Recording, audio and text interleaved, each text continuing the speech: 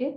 Now, before we move to question number 21, I would request you to pause this video. And I hope you have been taking pauses after every 5 FAQs and noting down your answers. If not, request you to pause this video right now and quickly write down your answers. You don't have to write it in sentence case, just put your bullet points so that you know what you have to talk next time somebody asks you these questions. All right. So with that, I'm now moving on. I hope you've actually done your answers. Now moving to question number 21. What is your current salary? Okay. Now, there are two ways of answering this question. One way is by saying this, that before discussing any salary, I'd really like to learn about what the role exactly is, what the role entails. I've done a lot of research on this role in your company, and I'm certain that if it's the right fit, we'll be able to agree on a number that's fair and competitive to both the parties. Okay, this is one way of answering this question. The other way of answering this question is by giving them a salary range that you are aware of. Okay. So you don't have to go ahead and share your current salary yet. It's the start of the interview. But what you can do is you can say that before discussing any salary, I would love to understand what the role entails. I've done my research and I noticed that your company is offering in this range. And keeping my career goals in mind, this is the range that I could work on. Okay. Sometimes there will be certain companies that will push you a bit more to share your current salary, then you'll have to share it. Now, I avoid answering salary questions in the first few rounds because I want to give them as many chances as possible to understand me as a person better. I don't want them to say, oh, this person earns so much in the first round and then put me in a particular category. If they have 2, 3 rounds with me, they'll understand me better. They'll understand my work style better. They'll be more impressed by me and they may want to give me a higher number, right? Hence, I always avoid sharing salary, current salary or salary expectations in at the start, okay? So for me, the reason on the slide I've put only this answer and not the other one is because I prefer this one. Even if they ask me my salary expectation, I would say I've done a lot of research and I'm certain that if it's a right fit, we both can agree on a number. So this way, they know that I am also being flexible and I want to take time in understanding them and give them time to understand me. All right. So I would suggest this way to be the best way of answering the salary related questions. Moving to question number 22. What do you like least about your job? Okay. So here they are again trying to figure out your choice of words and how much you hate certain things in your job. So you need to focus on the opportunity that you are interviewing for that your current job does not have.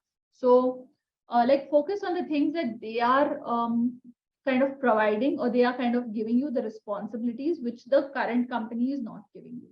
Okay. So for example, in my current role, I've learned how to design creators for Facebook ads. While I've developed a knack for it and can do it when I need to, I'm looking forward to a job that allows me to take a more active role in setting up the campaigns and analyzing the performance. That's one of the things that I'm most excited about your position. Okay, now over here, if you noticed, I did not say, oh, you know what, the company does not let me run ads and I really don't like that. Look at the words that I've used. I've just said, I learned these things. I feel I'm good at it. And I'm looking forward to doing this extra thing.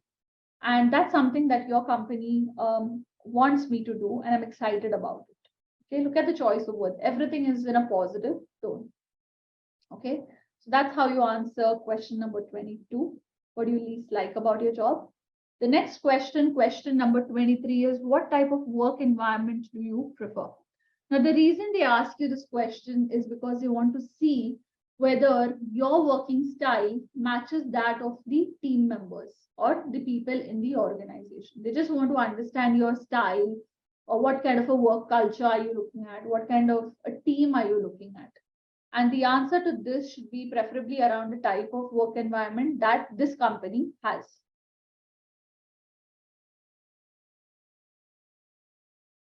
Okay. All right. 1 second, the lag in my system. Yeah. Okay. So moving on, I'm just giving you an example now. I'm pleased with the work environment at my current position. So I'm talking nice about my current job. My manager is a valuable resource, offers assistance when needed, providing me with the autonomy to schedule, prioritize the workload. Workspace has cubicles, promotes a peaceful atmosphere for focused work. However, team members still maintain regular communication through meetings and Slack. Now, this allows for individual work, collaborative work, which is a valuable aspect of our team dynamic. Okay. Now, here, what you can do is you can see here, you've just mentioned that I'm pleased with my current work environment. So, this proves that you like this type of work environment. But let's say you're in a company where, the environment that you have currently is not what you really like. So, what you can do is not talk anything about that company and instead just focus on what you like. So you can say something like, I always prefer work environments where, the team is collaborative, where there's individual work and collaborative work, where we use different channels of communication, such as emails and probably use of Slack. I also would prefer a work environment where the manager is very people oriented and can be more of a guide to me, and yet I have the autonomy to schedule and prioritize my workload.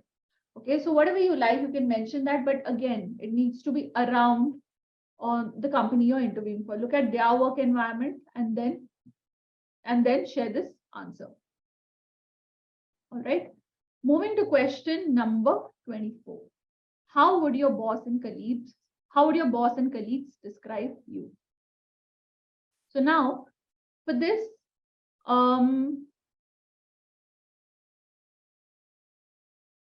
okay. So for this, you need to be honest. You need to give those strengths that you've not mentioned so far in the interview. And you can just give it with the help of an example. So either you can just say, my bosses and colleagues, if I were to ask them, they would say things like, I'm reliable, I'm this. Just give 3 words. And these words they should have really used for you sometime in your appraisal, sometime during your feedback, or so on. Or the other way of answering this question is by actually, giving an example. So here is a situation. During my most recent performance interview in the month of April, my manager provided me a positive feedback, saying that he really liked my proactive approach and my willingness to tackle challenging tasks. So now this way, you've actually shared the way he actually described you. Okay. So this is how you answer the question. Try to give those situations where you've not spoken in the past. You don't want to keep giving the same examples or the same strengths and skills again and again. Okay. Now here, moving on, as my responsibilities primarily involve on-site implementation, I'm often tasked with resolving issues that arise. Okay, rather than deferring the problem to the team, I prioritize finding a solution independently. I value my supervisor's recognition of this quality in me. Now look at the difference. Here, I'm giving an example of what my boss told me in the review. Here, I'm giving an example of what my boss appreciates of me, but he didn't necessarily have this entire dialogue with me. It's just that I've given a setting about how my work is, what are the kind of tasks, what are the kind of issues I do, issues I solve, and how do I solve them. And this is what my supervisor admires. So over here, if you notice, I'm actually giving some setting. I'm doing a background setting of a particular situation. Here, if I just go ahead and mention the strengths, they may ask me, can you give me an example when he said this? Then you can go ahead and give these examples, or you can directly start your answer with a situation, or you can go ahead and explain your work type and what your manager completely recognizes and appreciates about you. All right. Moving to question number 25. Okay, important one. Are you a risk taker? Now, the answer to this question totally depends on your job requirements or the kind of role you fulfill. If you are a soldier, yes, you'll be a super risk taker. You love taking risks. If you are adventurous, you love taking risks. But if you're a pilot, you're not going to do that. Other people's lives are at stake because of you. So you need to look at the job and then take a call whether your answer should be yes or no. Okay, or it should be like a calculated risk taker. If you're a day trader, again, risk taking is a very important part of your job. Okay. So what you need to do is you need to demonstrate an understanding of the importance of the risk you take. So look at this. As a professional, I embrace the concept of calculated risk taking. So we've got a word which means that I'll weigh the situation and then decide whether I want to take risk or not. Now, in order to achieve tangible results, it's important to step outside one's comfort zone and take a certain level of uncertainty. So your answer basically says that I'm a calculated risk taker. Sometimes to get results, you need to get out of your comfort zone. And that, yes, does require you to work at some level of uncertainty. Okay. Now, you can give another example. Marketing initiatives, for example, require, so if you are a risk taker, you can say, yes, I'm a risk taker. Marketing initiatives, for example, require you to take inherent risks because you need to put in a lot of, you need to go through a lot of unforeseen challenges, and flexibility is the key in those cases. No matter how much ever meticulous planning you do, you still need to be flexible. And as a marketer, you need to be a risk taker as well. Okay.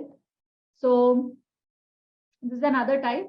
To succeed, one must continuously launch campaigns with calculated risk, ideally with expectation that 1 in 5 will yield significant results. So I'm just giving you different formats. I hope you're getting the drill. Here, I'm just directly saying I'm a calculated risk taker. The work requires it. Here, I'm saying, yes, I am a risk taker. For the same role, marketing, I am putting it as a calculated risk taker, where I'm saying, I've done my calculation. 1 out of 5 will give you a significant gain. You're taking a risk on the remaining 4. Okay. So whatever answer you give, it needs to be in line with the job that you're doing. Moving to question number 6. How would you respond to a request for doing a task that you've never done before? Now this, they want to see, are you willing to take on challenges? Are you willing to get out of your comfort zone or not? So here, what you're going to do is you need to show them that you are aware of your limitations, but you're willing to take on challenges. You're not afraid of challenges. Okay. Now, due to my innate ability to grasp new concepts quickly and my enthusiasm for tackling certain tasks, challenging tasks, I am confident in my capability to accept the said assignment. If there are any uncertainties, I won't hesitate to seek guidance from my colleagues. Okay, so here you're showing you're willing to take up the challenges, you're not afraid. And here you're saying you're willing to take the risk. You're willing to take help, which means that yes, I think I have my limitations, but I'm ready to take the guidance. I'm ready to seek help. Okay, so you don't have to be overconfident saying yes, I can do anything. I will Google it and all of that. You have to show a balance that yes, I think I'm capable, but if I'm stuck, I know I can seek help. Okay. So this is another example. A comparable situation arose in my past employment as a sales associate for so-and-so company. Following our expansion and opening of a new branch, my manager requested that I oversee the new employees at the location. So here you're proving it to them that you're capable of taking on challenges where you've not, you're basically getting into an unknown territory. You've never done these tasks before, but you're willing to do it. So here you're giving an example. Okay. Despite my inexperience in managerial or leadership role, I possessed a comprehensive understanding of the store, its operations, and thus I accepted the position. Okay. So here, I'm just giving you an example. I would urge you to pause this video and just read this so that you get an understanding of how you can answer these type of questions. So here, you're drilling deeper into the situation and you're telling them it was difficult and there were responsibilities, but within 2 years, I was also awarded. You're simply using the CAR template, challenge, action, results template. All right. Moving to question number 27. Did you ever have to collaborate with a difficult colleague? Did you ever have to work with a difficult person? How did you manage the situation? So again, your storytelling template, you have to share a story. Example, During my tenure as so and so at so and so company, I was assigned to a team that specialized in doing so and so. The members of my team were very good. They had a strong work ethic and dedication. So here you're first talking good things about them. However, one colleague was there who presented some difficulties. Okay. And then you talk about what difficulty he brought. You're not going to judge him. You're not going to put any labels on him. You're just going to talk what was the wrong thing or what was the thing that was making it difficult for you. He had a tendency to take on assignments and offer help to others. And he would then just withdraw. He would say, yes, yes, I'll help you. And then he would withdraw. The tipping point came when he arrived 30 minutes late to cover another real estate agent during a property showing, resulting in an irate client. And then you can just go through this. I would urge you to pause this video and read this so you'll get an understanding. It's just a narration of how did you deal with a difficult client, okay, or a difficult manager. So you just have to use the SAR template or CAR, I would say, challenge, action, result.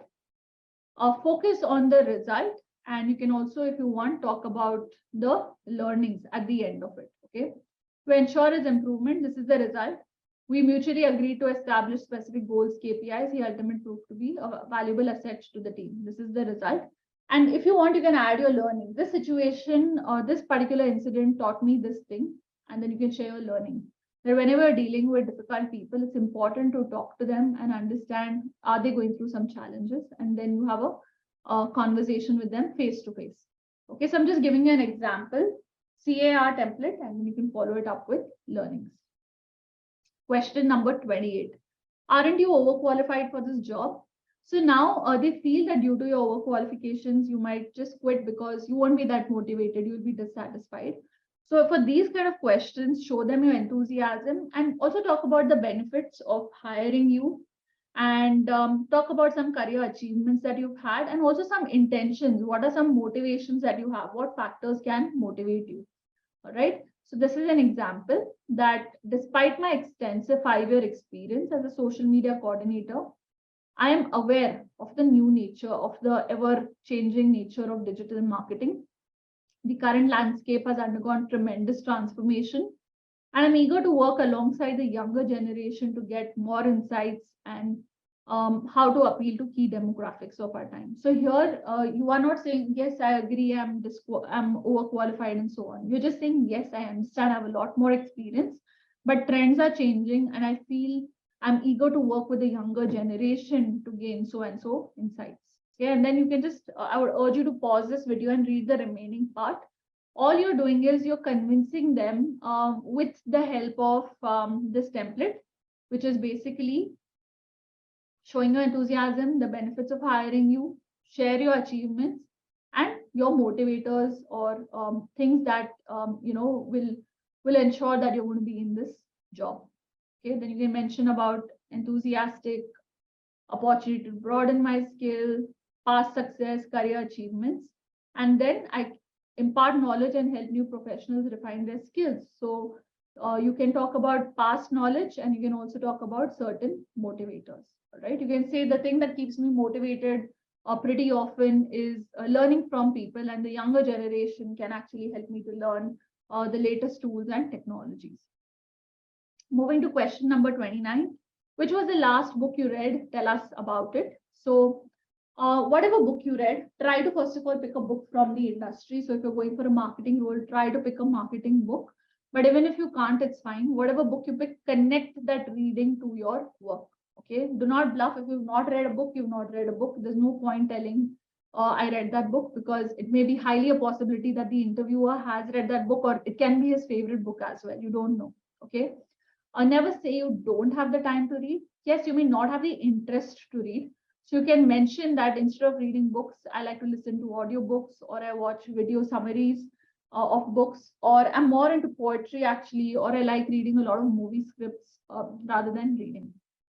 Okay. But if you have read a book, then in that case, you will give the name of the book. You will share a quick summary of the book just in 3-4 lines, and then you can tell them how the book has helped you. Okay. Now, that help part needs to match with the work. Okay. So, for example, in this role, if you need to work with a lot of team members, you can say it has helped me uncover methods to work more productively in a team-based environment. Okay. Next question and the last question. Do you have any questions for me? So here, interviewers ask this question to see how eager you are. How willing are you to learn about them, about their role, about their company? So never ever say I have no questions. Always prepare for 3, 4 questions and ask 1 or 2 questions. Why do I say prepare for 3, 4? Because sometimes you think you'll ask this question, but somehow during the conversation in the interview, that question gets answered. Okay. So always have a backup of questions. And when they ask you, do you have any questions for me? Just ask 2 questions at least. So you can ask questions like, what do you love the most about working here? What is your biggest challenge? What is the biggest challenge the team is facing right now? What was the most unexpected lesson you learned while working here? So whatever questions you ask, keep in mind who is the interviewer. If the interviewer is an HR, you're not going to ask technical questions to them. If the interviewer is a marketing person, you'll try to ask these kind of questions, or maybe a marketing question related to the company, related to the marketing team. All right. So try to ask questions which show eagerness to join the company, eagerness to know more about the people working there, more about the culture, more about the best things over there. All right. Next is, what type of people typically succeed in this company? What does this role, how does this role interact with other departments? So all these are great questions to ask. Ask safe questions, no questions related to leaves, salaries, or check-in time, check-out time, and those kind of things. All right. So I hope this session helped you. We've done 30 frequently asked questions. Again, it might be like a lot of information for you.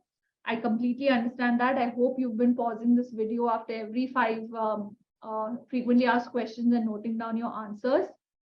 With that, do rewatch this session if you have to, because each time you watch the session, each time you listen to the template for the frequently asked questions, you're going to get better and better ideas, and your answers, of course, are going to get better and better. All right. With that, this is your coach, Riya Punjabi, signing off.